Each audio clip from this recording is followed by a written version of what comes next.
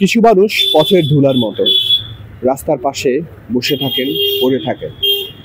আমরা তাদের খোঁজ খবর রাখি না, কারণ তার প্রয়োজন বোধ করি না। ফুটপাথের এক কোণে হয়তো তারা বসে তাদের জীবিকার কাজ করে যাচ্ছেন। জীবিকা হেতুর আজকের পর্বে আমরা তুলে ধরবো এমন একজন মানুষের কথা, যিনি সমাজের একদমই প্রান্তিক পর্যায়ের মানুষ, যার পেশাকে হয়তো ঠিক পেশা হিসেবে মানুষ গণ্য করে না। আজ আমরা জানবো একজন মুচির কথা, যাকে প্রমিত ভাষায় চর্মকারও বলে। অনেকেই শুধু তার কাজটা দেখেন, কিন্তু খুব কমই মানুষ বোঝেন এই কাজের মধ্যে লুকিয়ে আছে তার সম্মান, তার গর্ব।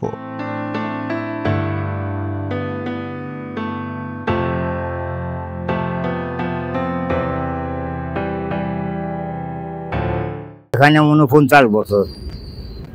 49 বছর কি খালি মানে কাজেরই অভিজ্ঞতা? হ্যাঁ, কাজই করি বাবা। 49 বছর কাজই করেন? এই কাজই। এই কাজ হচ্ছে শিখছেন কার কাছ থেকে? বাবার কাছে। বাবার কাছে? হ্যাঁ। বাবা যখন শিখছেন আপনি, তখন আপনার বয়স কত? তখন 10-12 বছর এইরকম। 12 বছর বয়স? হ্যাঁ, তখন থেকে মানে ছোট থেকেই কাজ। এটা ছোটবেলায় তো বাপ মা মারা গেছে, তখন থেকেই এখন কি করি, কৃষি কাজ করতে করতে এই ব্যবসা, নিজের জাতি ব্যবসা। কত বছর বয়সে আপনার আব্বা মারা গেছে? ওরা ছোট, ওরা মনে করেন বলতে পারবো না, ছোটতেই মারা গেছে। রোজগার কম, জীবন কঠিন, কিন্তু তবুও তিনি কাজ থামান না, কারণ এই হাতেই সংসার চলে, এই কাজেই তার ভবিষ্যৎ টিকে আছে। এখনকার যে উপার্জন হয় সেটা দিয়ে সংসার চালানো, যাই হোক আপ ডাউন হয়, এখন যাই হোক কষ্ট সৃষ্ট করে চলতেছে, জানা দফা হ্যান ত্যান করে চলতেছে এইভাবেই। এখন যাই হোক না চললেও চালাতে হয়, এখন কি করবেন, চাইলেও তার পাবো না। দিনে মোটামুটি একটা গড় কেমন কাজ হয়? কোনদিন 200 হয়, কোনদিন 100 হয়, কোনদিন 300 হয়। প্রতিদিন বসেন এখানে? প্রত্যেক দিন, কোনো দিন মিস নাই। শুক্রবার শনিবার কোনো দিন মিস নাই, সব দিন। হয়তো আত্মীয় স্বজনের বাইরে গেলে হয়তো 2-1 দিন মিস হয়, তার ওই বেটা আছে তারই হয়তো একজনের থুয়ে গেলাম, যেহেতু হয়তো 2 দিন থাকবা। হয়তো আয় কম, কিন্তু তার লড়াই কম নয়। সম্পন্ন সে কাজের ধর্মের মধ্যে নয়, আসে কাজের সততায়। এই বিশ্বাসই তাকে প্রতিদিন আরেকবার শক্ত করে দাঁড় করায়। আমার নাম হচ্ছে শ্রী মানিক রবিদাস। আপনি কি করেন? এই সুমেখার জুতার কাজ করি।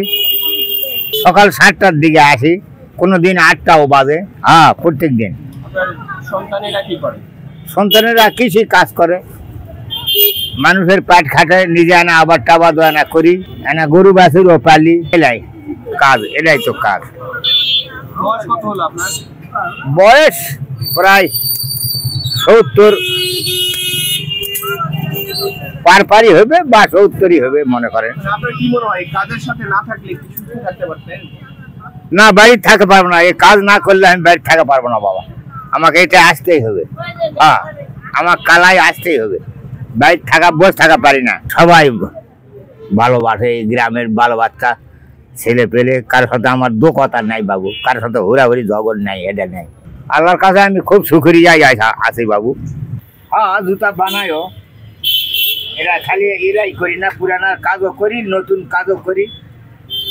হ্যাঁ, 2 পয়সার জন্য ঠাটারি কাজও করি বাবা। কি করবি, পাল্লা হাড়ি এলা কান্দা টান্দা লাগান, টেরা টুরা মনজান এলাও করি। হয় দিনে হ্যাঁ, পয়সার দরকার বাবা, সবই করি।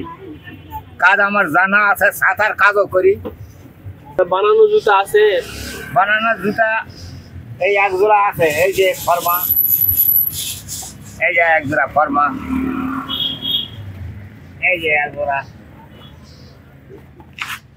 এই যে 1 জোড়া বানাচ্ছি, এই 1 জোড়া। এটা তো তাহলে প্রিমিয়াম কোয়ালিটির ভালো জুতাই। আপনি কি এগুলা চামড়া কিভাবে কি করেন? এটা হাত দিয়ে সেলাই করি, মেশিন দিয়ে সেলাই করি। আমি যখন থেকে জ্ঞান বুদ্ধি হয়েছে তখন থেকেই নাকি আমি এখানে কালাই দেখি।